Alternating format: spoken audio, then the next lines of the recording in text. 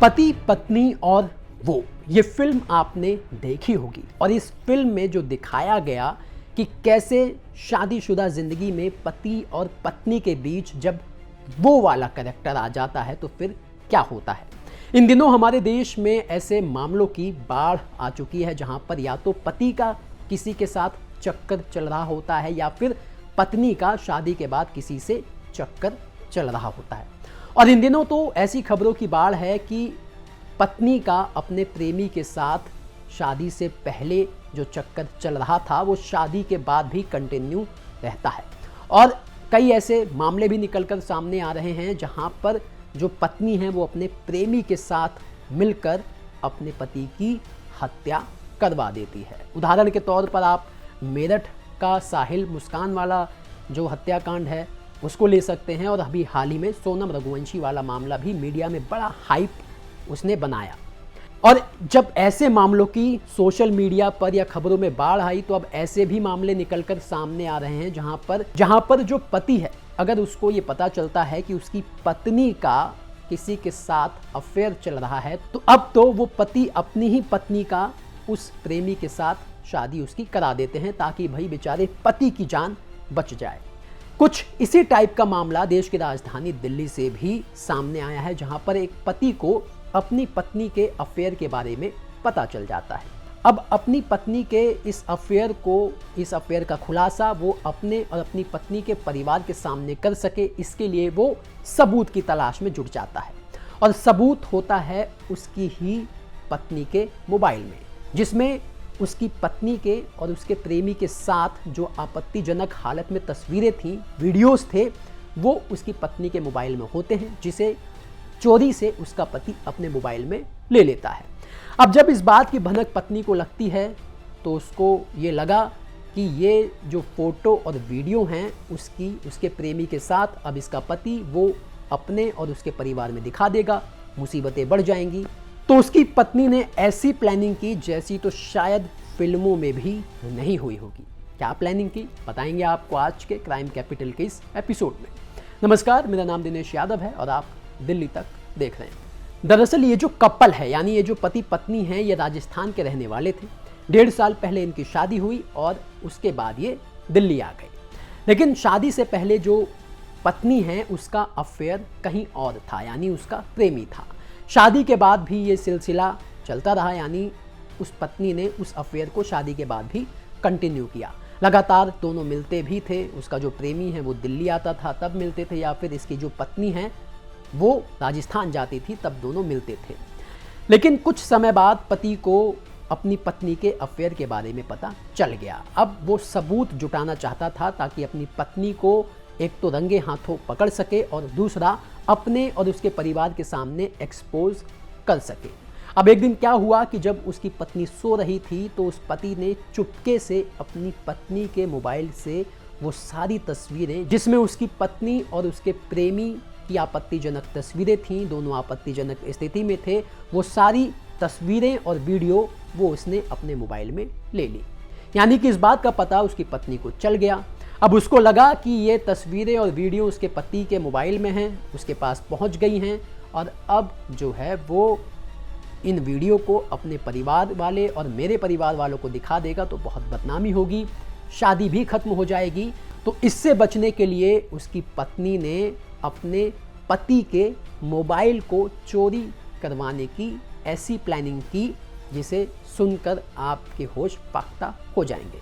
दरअसल उसकी पत्नी ने सबसे पहले तो ये किया कि 2 प्रोफेशनल चोरों को हायर किया, वो भी राजस्थान से 2 प्रोफेशनल चोरों को बुलवाया और उसका पति कहाँ आता है, घर से कितने बजे निकलता है, कहाँ जाता है, पूरी जो डिटेल है वो उन चोरों को दे दी।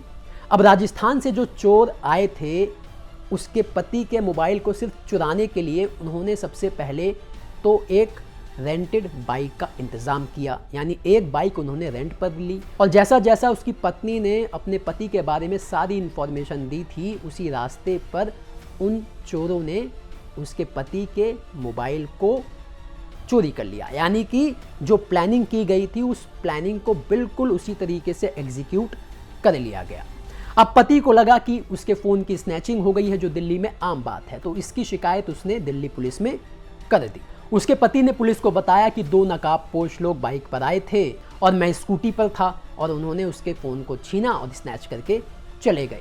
तो शुरुआत में तो ये बिल्कुल आम चोरी की घटना लगी, स्नैचिंग की घटना लगी, और पुलिस भी इसी एंगल से इस मामले की जांच में जुट गई क्योंकि उन्हें शिकायत मिली थी। अब पत्नी को भी लगा कि चलो भाई बला टली, मोबाइल जो है चोरी हो गया, अब सबूत भी सारे मिट गए। लेकिन एक मोड़ इस केस में ऐसे आया जिसने उस पत्नी की सारी जो प्लानिंग प्लॉटिंग थी उसके चिट्ठे खोल कर रख दिए। दरअसल जब पुलिस इस मामले की जांच कर रही थी तो उन्होंने यानी पुलिस ने 70 सीसीटीवी कैमरों को अलग अलग एंगल से देखा और खंगाला। इस बीच एक सीसीटीवी में वो देखते हैं कि एक ब्लू शर्ट में एक जो लड़का है वो उसी दिन, उसी घटना के वक्त वाले दिन वसंत कुंज की तरफ जा रहा था और पुलिस को उसकी बाइक का नंबर प्लेट मिल जाता है। और जब पुलिस ने उस बाइक की नंबर प्लेट को खंगाला, सर्च किया, तो पता चला कि ये तो रेंटेड बाइक है, यानी कहीं से रेंट पर ली गई है। और जो पता रजिस्टर्ड था रेंटेड शॉप का, पुलिस वहाँ पर पहुँचती है तो पता चलता है कि इस बाइक को रेंट पर लेने के लिए कोई दस्तावेज नहीं दिए गए, कोई डॉक्यूमेंट नहीं दिए गए, बल्कि एक मोटी रकम दी गई शॉप ऑनर को। अब पुलिस को यहीं से जो है शक बढ़ जाता है। पुलिस के दिमाग में ये बात घुस जाती है कि ये कोई आम चोरी और स्नैचिंग का मामला नहीं है, क्योंकि अगर कोई चोरी स्नैचिंग का मामला होता तो बाइक रेंट पर लेने के लिए इतनी मोटी रकम क्यों दी जाती, वो भी सिर्फ और सिर्फ एक मोबाइल को चुराने के लिए। अब पुलिस इस मामले से जब और भी गहन जांच में जुटती है तो पता चलता है कि उसी दिन जो 2 लड़के हैं दिल्ली में आए थे, राजस्थान से ट्रेन से दिल्ली में आए थे, और वो एक दिन के लिए आते हैं, बाइक को रेंट पर लेते हैं और फिर अपने काम को अंजाम दे के चले जाते हैं। पुलिस को ये शक हुआ कि ये कहीं ना कहीं वही चोर हैं। अब पुलिस ने अपनी एक टीम को राजस्थान भेजा, यानी बाड़मेर भेजा, जहाँ के वो दोनों चोर रहने वाले थे, और उनमें से एक जो चोर है वो पुलिस के हत्थे लग जाता है और पुलिस को वो सारा राज उगलवा देता है कि कैसे उसी की पत्नी ने, यानी जिसके पति का मोबाइल चोरी हुआ, उसी की पत्नी ने उन्हें हायर करके राजस्थान से दिल्ली बुलवाया था, और जैसे ही उन्होंने इस घटना को अंजाम दिया, अगले दिन वो दिल्ली से राजस्थान चले गए। फतेहपुर इलाके में स्नैचिंग हुए थे, क्या है पूरा घटना जब बता दें। फतेहपुर वेरी थाने में हमारे 19 तारीख को 19 जून को एक घटना होती है। इसमें आता है, कॉल आती है कि 2 लड़के स्कूटी पर मोबाइल छीन कर ले गए। जब इस कॉल को फर्दर एनालाइज किया जाता है तो मालूम चलता है एक आदमी है जिसके हाथ से एक आदमी फ़ोन छीन कर स्कूटी पर भाग गए हैं 2 लोग। तो उसमें हमने केस रजिस्टर किया। तुरंत केस रजिस्टर करके जब फर्दर इन्वेस्टिगेट किया तो आगे जो टेक्निकल सर्वेलेंस बढ़ाई हमने, तो एक स्कूटी का नंबर हमारे पास आता है। उस स्कूटी की ओनरशिप वगैरह निकाल के जब हम पहुँचते हैं तो मालूम चलता है बाइक्स ऑन रेंट एक दरियागंज इलाके में चलती है, वहाँ पर से स्कूटी रेंट पे ली गई थी।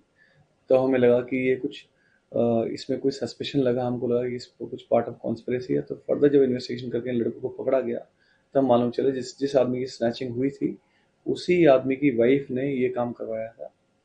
उस जो अपना विक्टिम है उसकी वाइफ ने अपने जिसके साथ उसके रिलेशंस थे उस आदमी को बोला कि भाई जो मेरा हस्बैंड है उसके फ़ोन में कुछ हमारी इन दोनों की इंटीमेट पिक्चर्स आ चुकी हैं, ले चुका है हस्बैंड, तो उसको डिस्ट्रॉय कराने के लिए वाइफ ने कॉन्स्पिरेसी हैच करी। वाइफ ने पूरा शेड्यूल बताया अपने हस्बैंड को कि मेरे हस्बैंड इस टाइम से इस टाइम यहाँ जाते हैं, ये करते हैं। उसके बाद इन लोगों ने रेकी करके इस चीज़ को अंजाम दिया।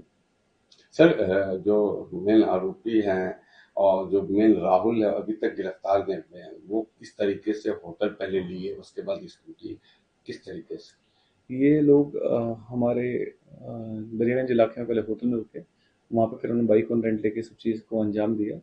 इस पूरे उसमें हमारे एसएचओ फतेहपुर बेरी जो इंस्पेक्टर राजेश शर्मा है और इनकी पूरी टीम, एसआई नसीब और बाकी लोगों ने बड़ी मेहनत करके इस केस को क्रैक किया है। इस चीज़ पर कितने सीसीटीवी खंगाले गए होंगे? लगभग 70 प्लस सीसीटीवी खंगाले उन्होंने और मल्टीपल रूट्स ट्रैक करे, बैक ट्रैक, फॉरवर्ड ट्रैकिंग पूरी करके तब जाके केस सॉल्व हुआ। यानी कि ये जो चैट था बॉयफ्रेंड के साथ चक्कर था।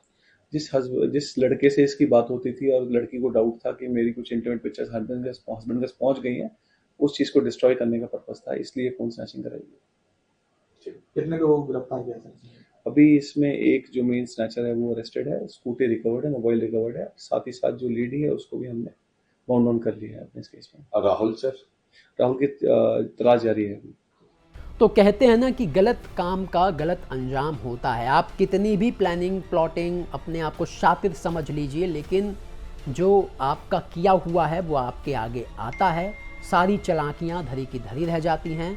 अब ये जो मामला है, यानी जो पत्नी हैं वो चाहती थी कि भाई उसके अफेयर के बारे में उसके परिवार वालों को पता ना चले। वो जो फ़ोटो तस्वीरें उसके पति ने उसके मोबाइल से ली थी उसका खुलासा ना हो। लेकिन परिवार तो छोड़िए, अब तो ये सारी कहानी पूरे देश के आगे आ गई है, मीडिया में आ गई है। और उसकी पत्नी ने जो प्लानिंग की थी वो भी अब पूरे देश के सामने आ गई है।